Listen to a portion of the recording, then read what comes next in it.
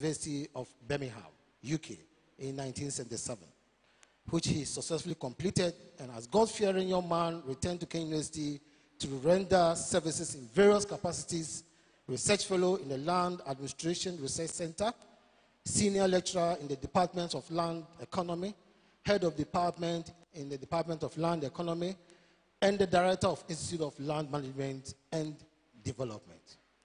In 2010, he was appointed the first provost of the College of Architecture and Planning, CAP, now called College of Art and Built Environment, CABI. This is one of the 6 prominent colleges at Kent University. During his tenure as provost, he provided strategic directions for the work at the college.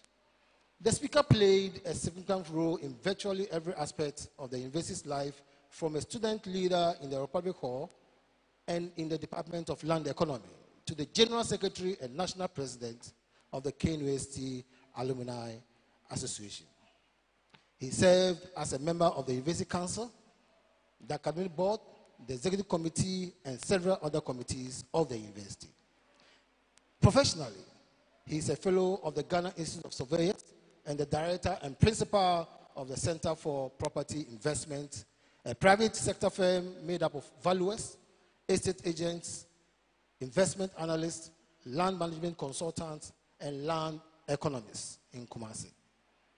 The speaker was a politician who played very active role in national affairs, and some of which included member interim management committee, Koomson City Council, under the Provisional National Defense Council, PNDC, until the establishment of Metropolitan Assembly. PNDC Deputy Secretary.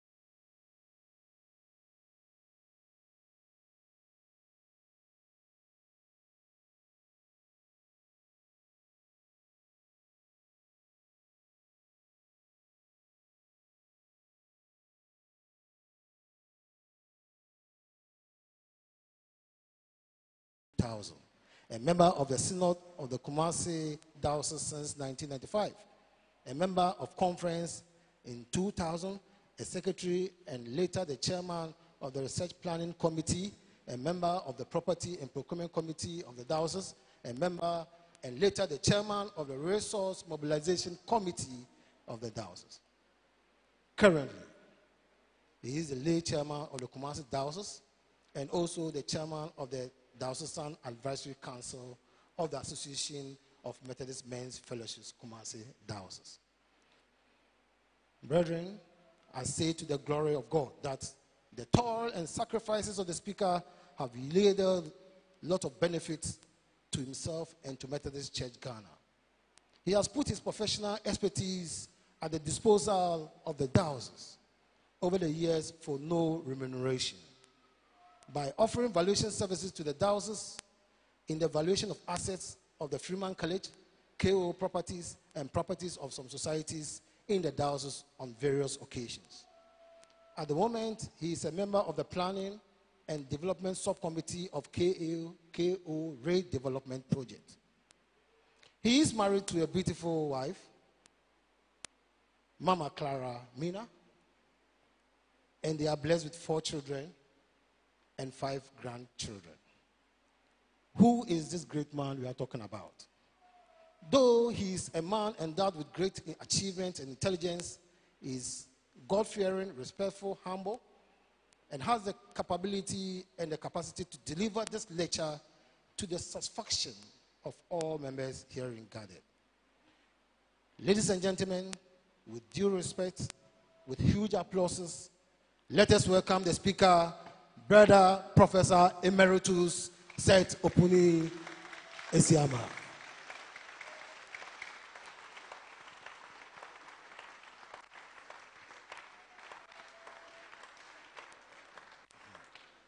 Professor, with humility, your students in the class, with the class captain being the presiding bishop, Most Reverend Titus K. Awachepra, are quietly going to listen to you as you give us the lecture. Thank you very much. For Christ.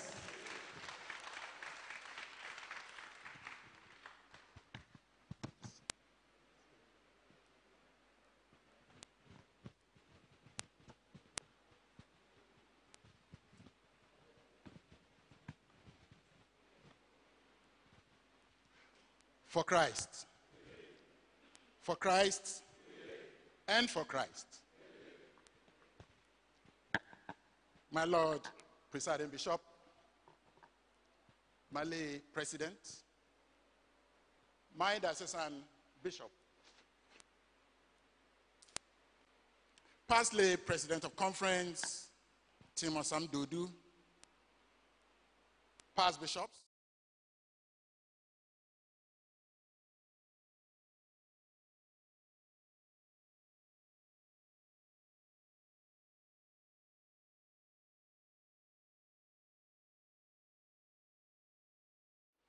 of the Association of Methodist Men's Fellowships, diocesan executive and past executive, all members present, in the name of our Lord Jesus Christ, I wish to thank the organizers of this series of lectures for inviting me to deliver the second in the series. I am informed that the first lecture was delivered by no less a person than the immediate past presiding bishop, Emmanuel Asante, who also happens to be the eminent chairman of the National Peace Council.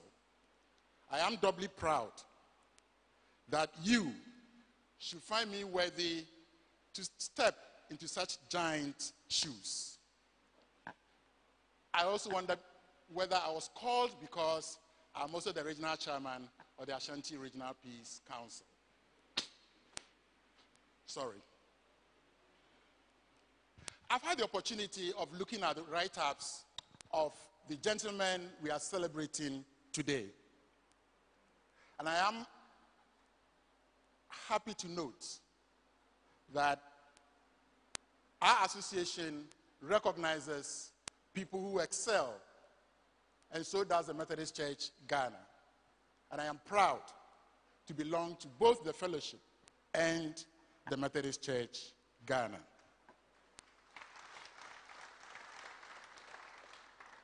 What we are doing today shows that you and I also have the opportunity one day to be celebrated like this.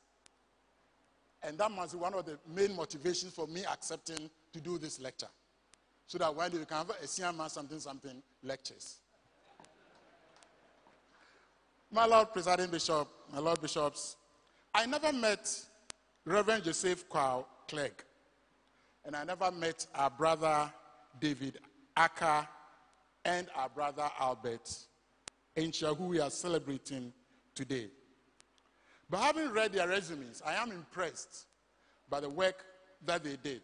And I'm happy to note that the theme for this series is Now Praise We Great and Famous Men, because certainly such men deserve commendation. But I am proud and motivated highly by the fact that I personally met the Right Reverend Thomas Wallace Koomson. And I actually sat at his feet. We called him Osofupenyin because he was the district chairman and the district chairman of the Sekondi district. He was also the superintendent minister of Sekondi Wesley Church, now Wesley Cathedral. And I knew him at a time when I was growing up.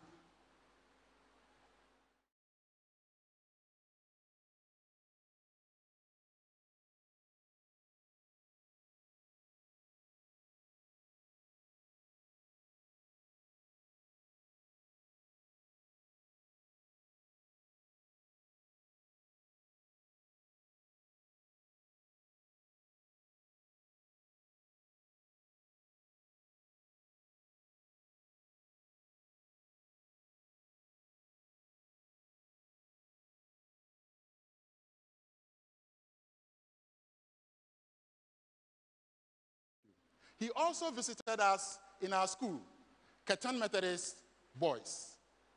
And on Wednesday mornings, sometimes he will come to lead the worship session.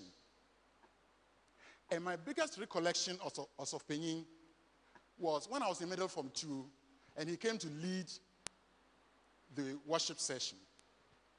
He was advising us about working hard. And he quoted a poem by Longfellow. The poem said, he just mentioned the first line, "The heights by great men reached and kept," and expected us to continue with the poem. We had never heard of the poem. So Penyin wasn't impressed at all and didn't understand why we did not know the poem. So he was actually going to give it to us in class. And then one classmate of mine, Amwesechi, who had joined us from the Central Region, remembered that he knew the poem. So he raised his hand, Sofmenin called him, and he was able to recite the poem perfectly. So we're all happy that, we have been spared the rod. Not Sofmenin. He actually gave it to us well. He didn't understand why we should sit down for a complete stranger to come and tell us the poem. What have we been doing in this school all this time? Such was the man that we are celebrating today. And to tell you the truth, by the following Wednesday, we all knew the poem inside out. We could recite all the stanzas. Unfortunately, Sofmenin did not come that Wednesday.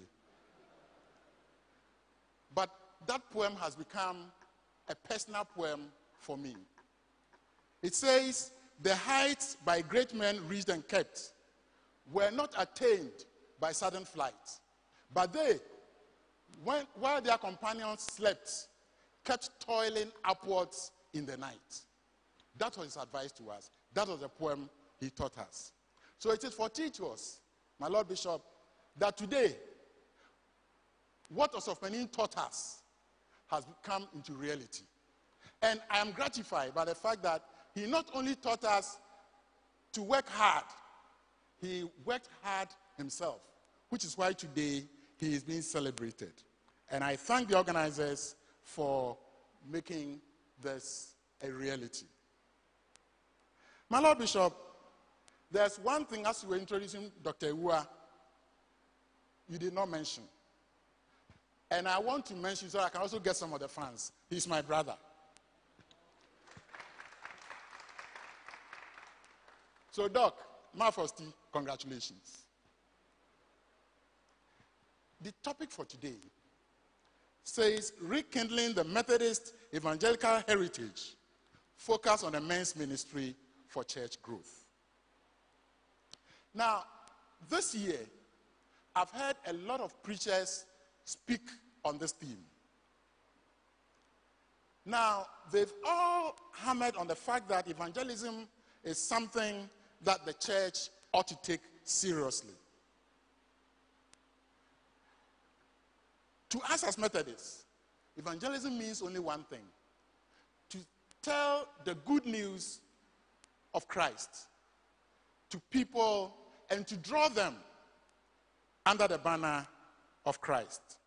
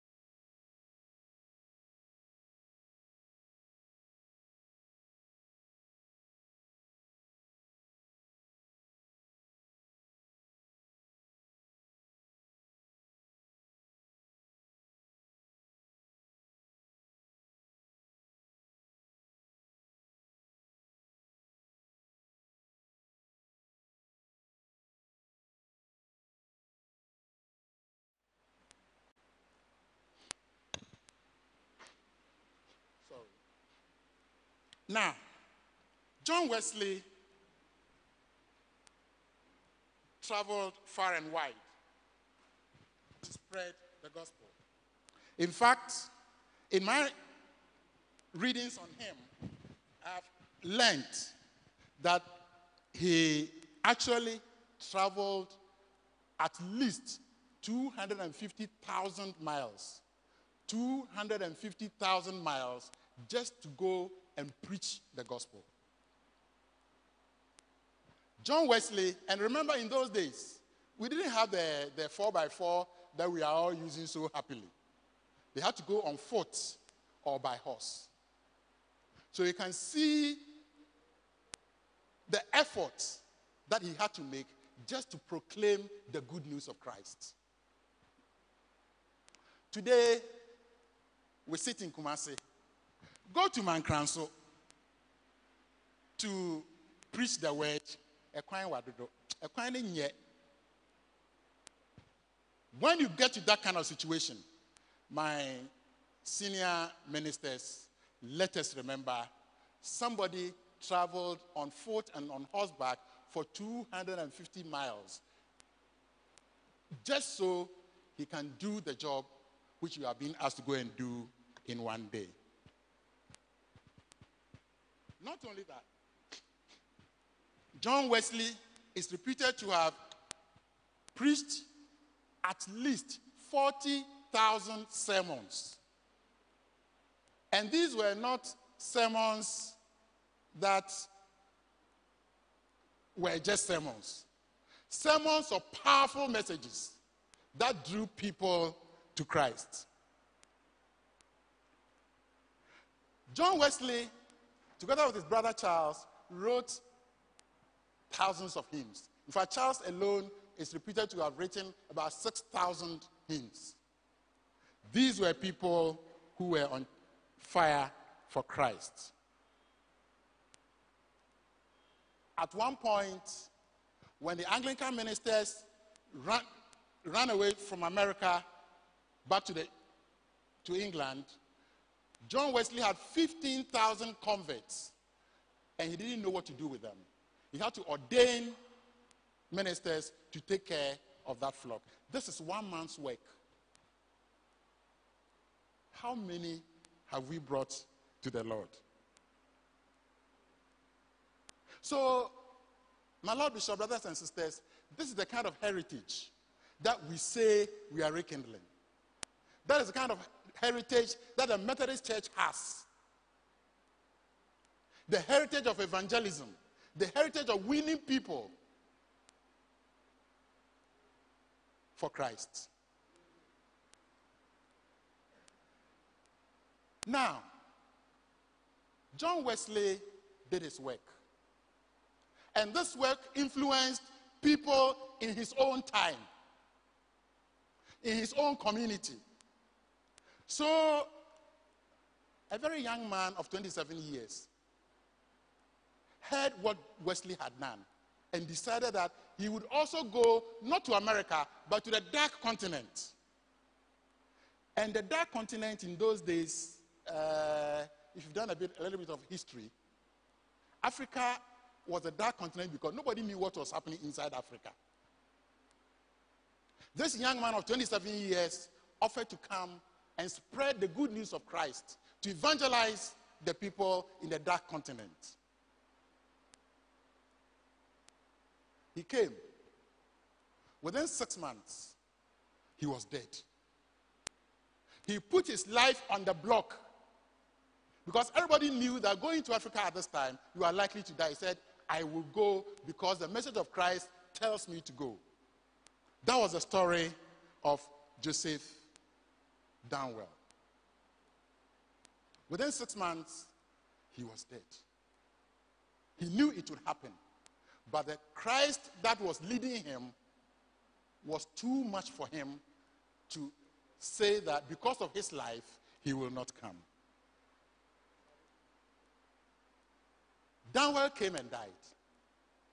But surprisingly, 18 months later,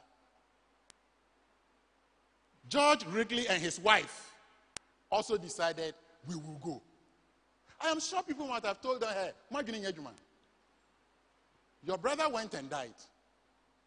Those natives there, why should you worry about them? They said, we will go. They came. Within 3 months, Mrs. Wrigley was dead.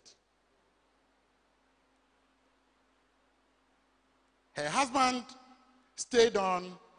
Within, I think, 6 months, George Wrigley also died. So one would have thought that the people in England would say, look, as for Africa, it's a no-go area. Let them stay there and die. But still, people came, missionaries came to spread the gospel to us. So today, if you and I are sitting here in these beautiful dresses, calling ourselves the Association of Methodist Men's Fellowships, shouting for Christ we live, it is the work of those people who did not think too much of their lives that is making us sit here today. So when we talk about the Methodist evangelical heritage, this is the heritage we are talking about.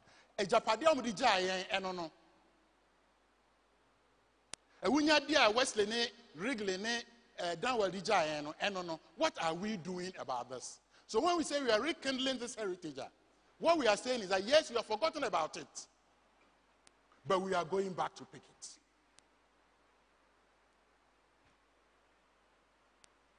Now we say we are rekindling this heritage for church growth. When we talk of church growth, two things come into my mind. The first is winning souls for Christ. And the second is retaining the people we already have in the church. How are we winning souls for Christ in today's Methodist church?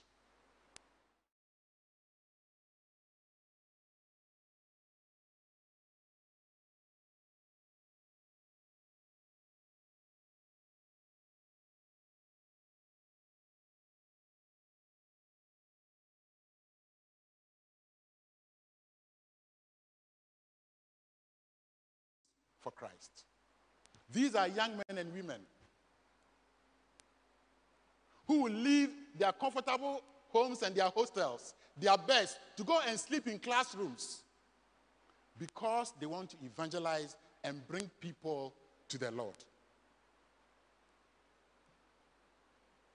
I have visited them sometimes, and I must admit that sometimes I myself get worried for them. But I don't know. These are young men and women who think Christ is everything. So even though they go through all those hardships, they are happy to win even one soul for Christ. One day I went to them, and as we were discussing, this popular hymn came into my mind. Go labor on while it is day. The world's dark night is hastening on. Speed, speed thy work. Cast sloth away. It is not thus that souls are won. Are we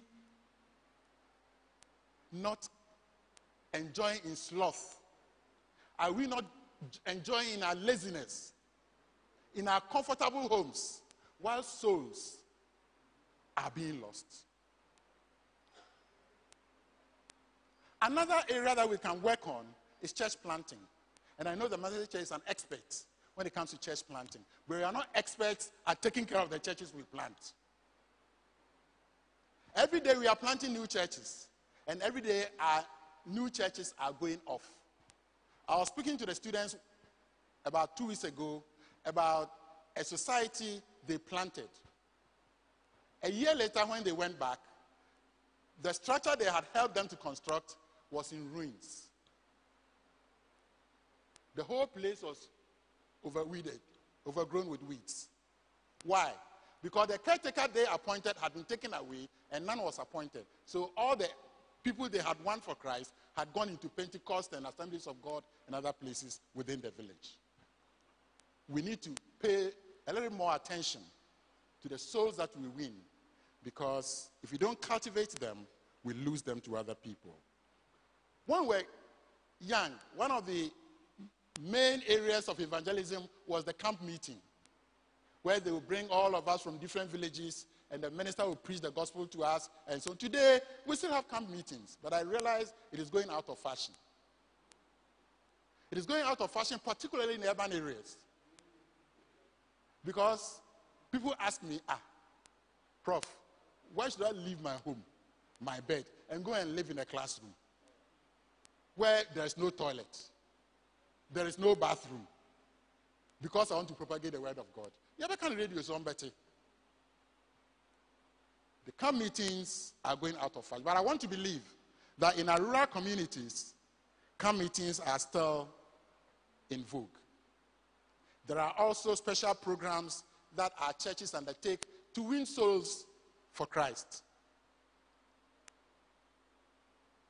I do remember very well New Life for All, where we actually went out to preach to people, to speak the good news to people, and to win them for Christ. In Kumasi Diocese, we have started, with the assistance of our bishop, the Bring One to the Lord program, where we want this year every Methodist to bring one person to the Lord. If you're able to do that, what is the effect? We are doubling our membership this year. I've seen the banners everywhere I go, but I ask myself, are we really bringing?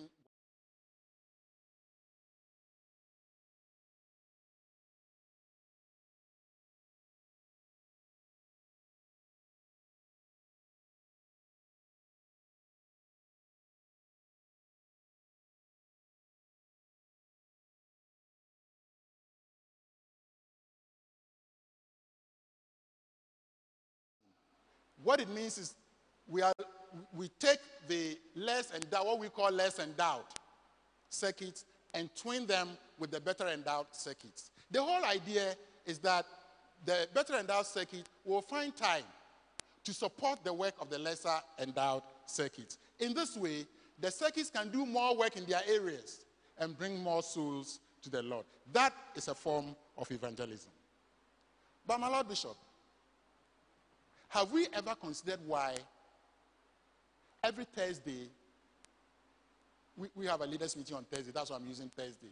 But every time you have a leaders meeting, you have people coming in to write their names to join the church. But for some reason, the chapel never gets full. Every week they are coming, but the chapel never gets full. Why? Because in the Methodist church, we seem to be operating a human sieve system. We bring them in, we bring new ones in, the old ones drop out. And so our membership is always the same, sometimes even dwindling.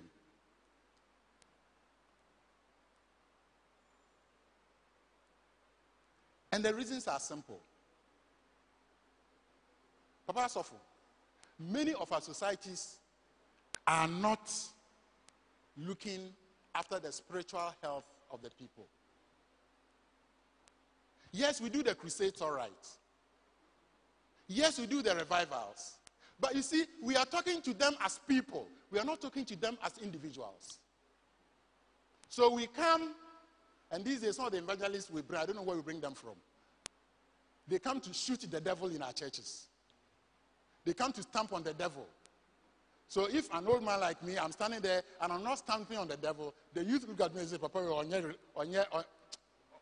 on your spiritual. So next time they hold the revival, I don't go. They say, I hear revival company for no one more.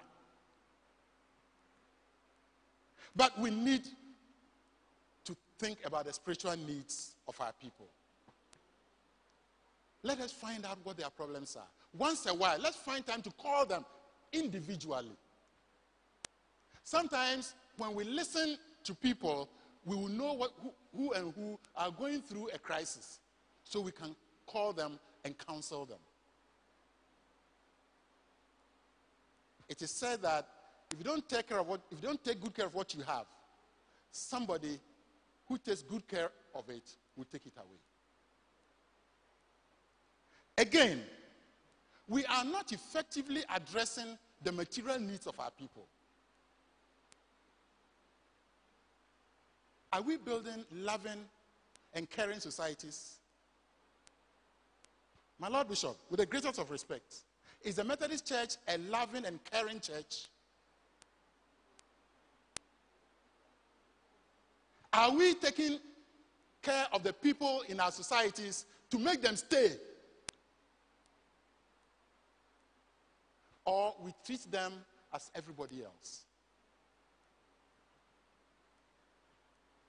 And sometimes I look at some of the things that we do in our church and I ask myself, why are we not helping the poor enough? Yes, Jesus asked for the poor, they will always be with us. And they are continuing to be with us. But what are we doing to support them? Once in a while, somebody's house gets burnt or thieves raid somebody's house. Thank you. And we organize the church members.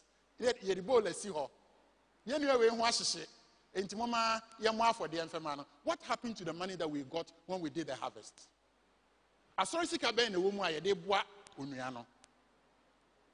That one, we don't think about that. And I remember years ago, one minister told me when I confronted him on this, that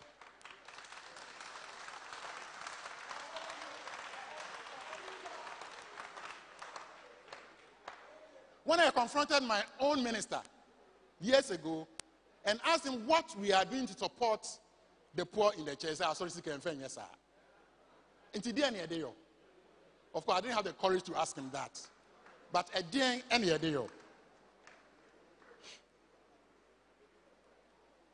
And I hope one day, one of these young men going to Trinity College will take time to do some research on how, as a church, we spend our finances.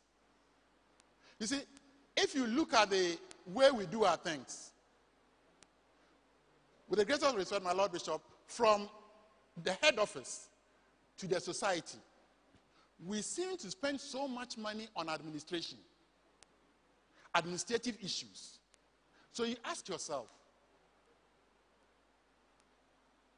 the core business of the church, the evangelism, the taking care of the poor, which Jesus told us to do, what money are we using for that? In the end, we spend the money not on the core business. And people begin to wonder.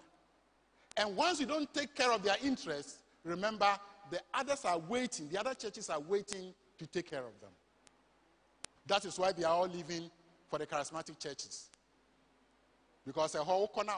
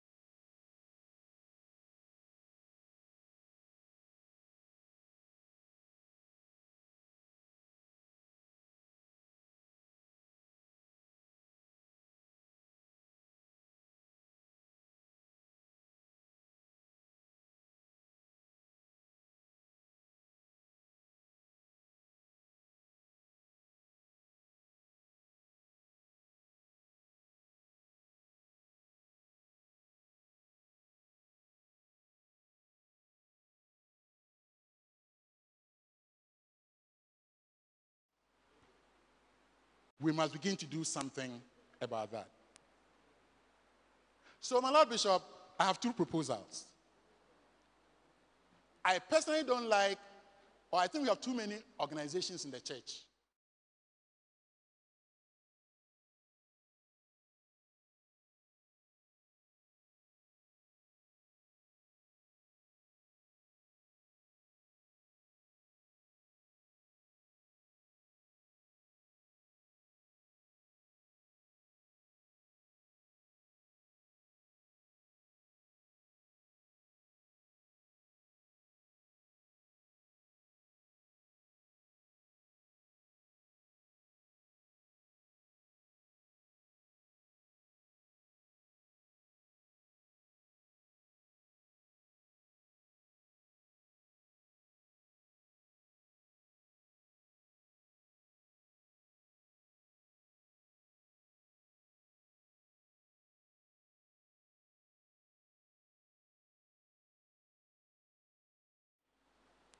I believe as a church, we should begin to think about taking care of this category of people. Because they are the people who are going to CCC.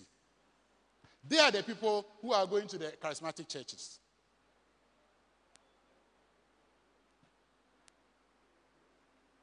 The Presbyterians saw this long ago.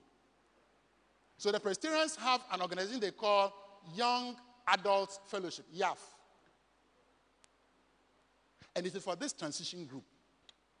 And sometimes they invite me to come and speak to them. And the kind of topics they ask me to speak on, I can't speak to my youth fellowship in Methodist Church. Because, where do you draw the line? But these are young adults. They want to know relationships.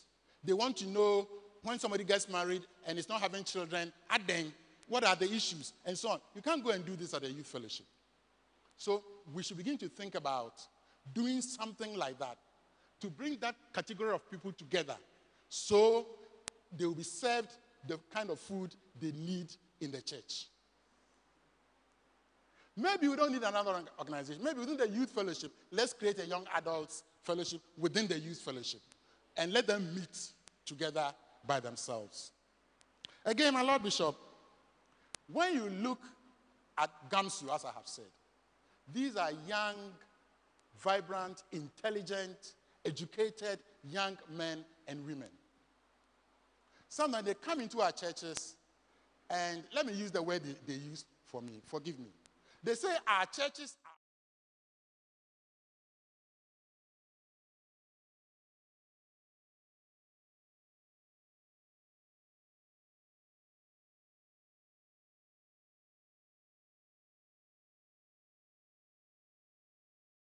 when they go to CCC,